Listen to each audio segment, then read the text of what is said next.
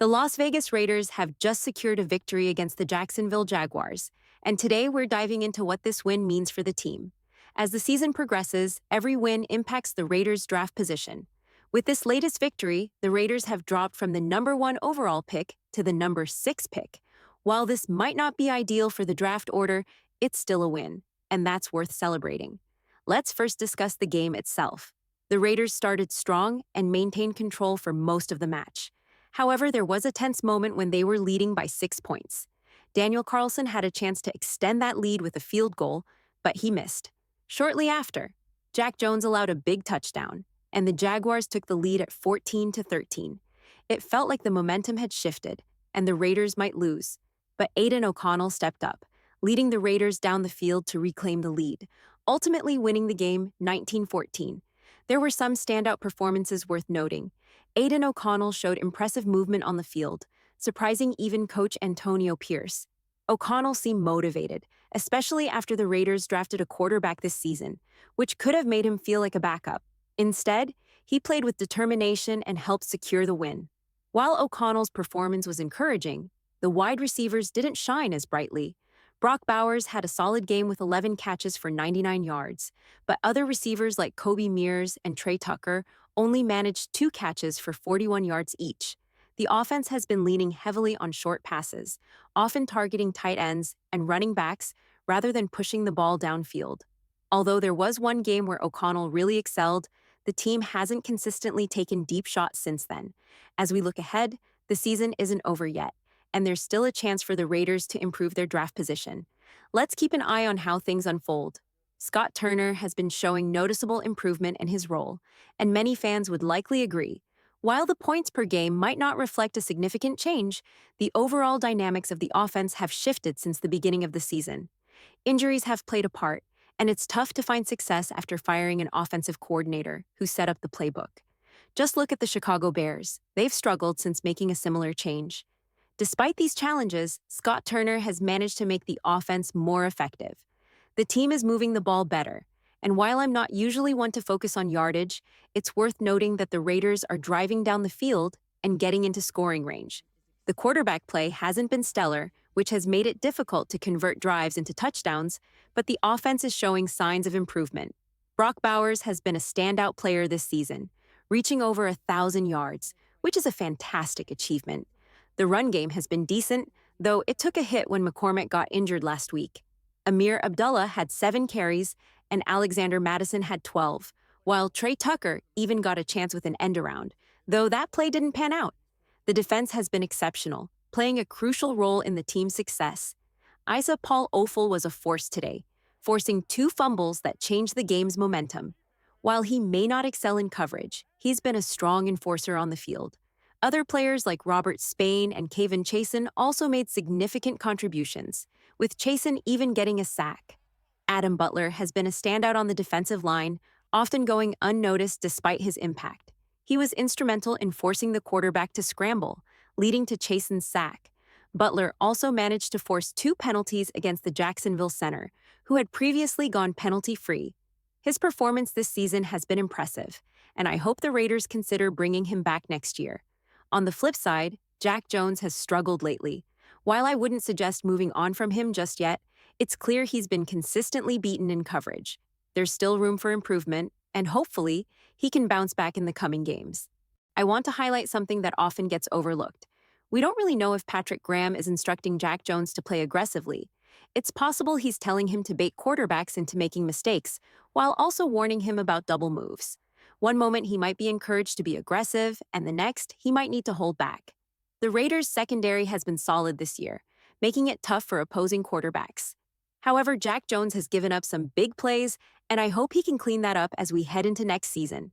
Now let's talk about the draft, which is something many fans are feeling disappointed about after today's game.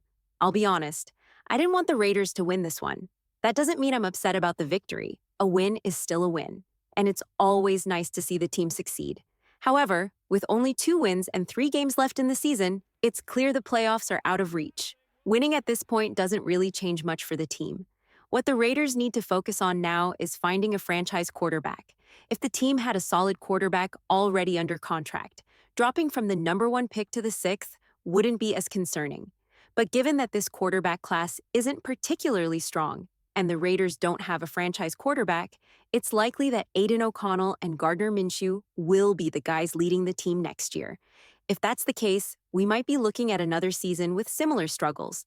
With today's win, the Raiders have dropped from the #1 overall pick to the 6th, which is disappointing. Many experts have Cam Ward as the top quarterback in this draft class, followed closely by Shador Sanders. Both are expected to go in the top 3 or 4 picks, and the unfortunate reality for the Raiders is that their strength of schedule is tougher than teams like the Jaguars or Titans, who have fewer wins. This means the Raiders might miss out on a top quarterback because they're competing against teams with lower strength schedules. It's a challenging situation, and the team will need to navigate it carefully as they look to the future. Right now, the Raiders find themselves tied with 5 other teams, each with 3 wins. However, due to strength of schedule, the Raiders are picking last among those teams. The Giants, Tennessee Titans, and Cleveland Browns all have higher picks, and they're all in need of quarterbacks. If the Raiders win just one more game, the New York Jets will jump ahead of them in the draft order, adding another team to the list of those looking for a quarterback. If the Raiders win again after that, the New Orleans Saints will also pick before them, pushing the Raiders down to the 10th overall pick. This means that if the Raiders continue to win, they could be competing with 5 or 6 other teams for a quarterback. The season isn't over yet, and with 2 games left, anything can happen.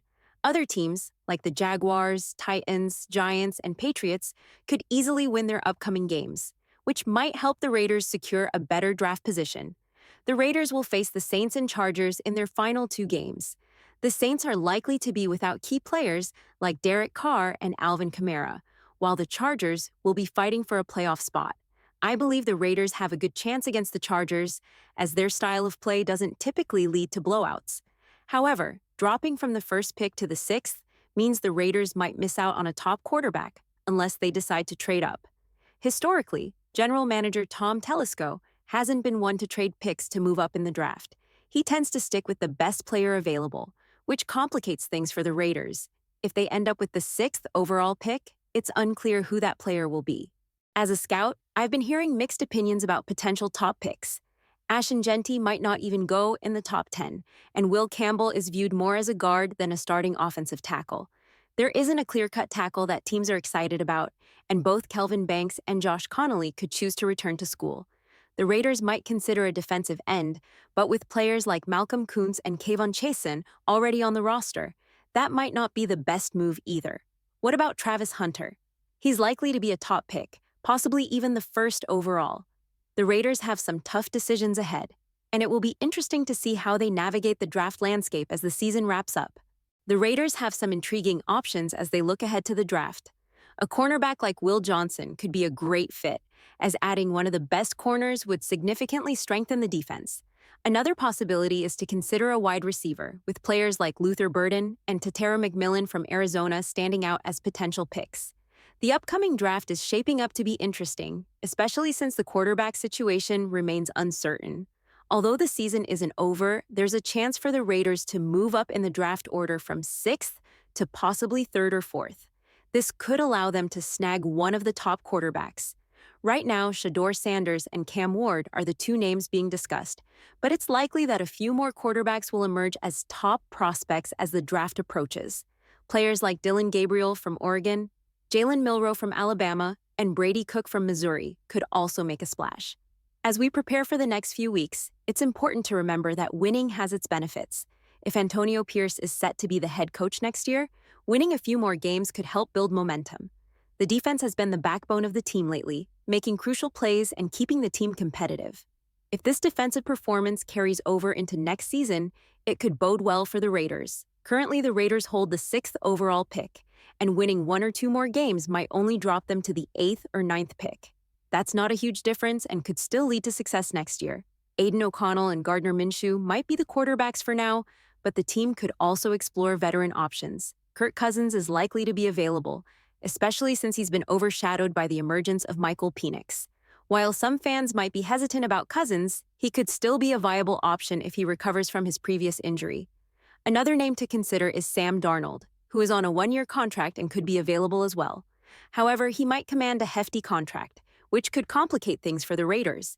It's possible that Mark Davis is selling parts of the team to raise funds for a quarterback, but we'll have to wait and see how the offseason unfolds. As the season wraps up, it will be interesting to see if the Raiders stick with Antonio Pierce and Scott Turner. I hope you enjoyed this discussion. Let me know your thoughts, give a thumbs up, subscribe, and I'll catch you next time with another video.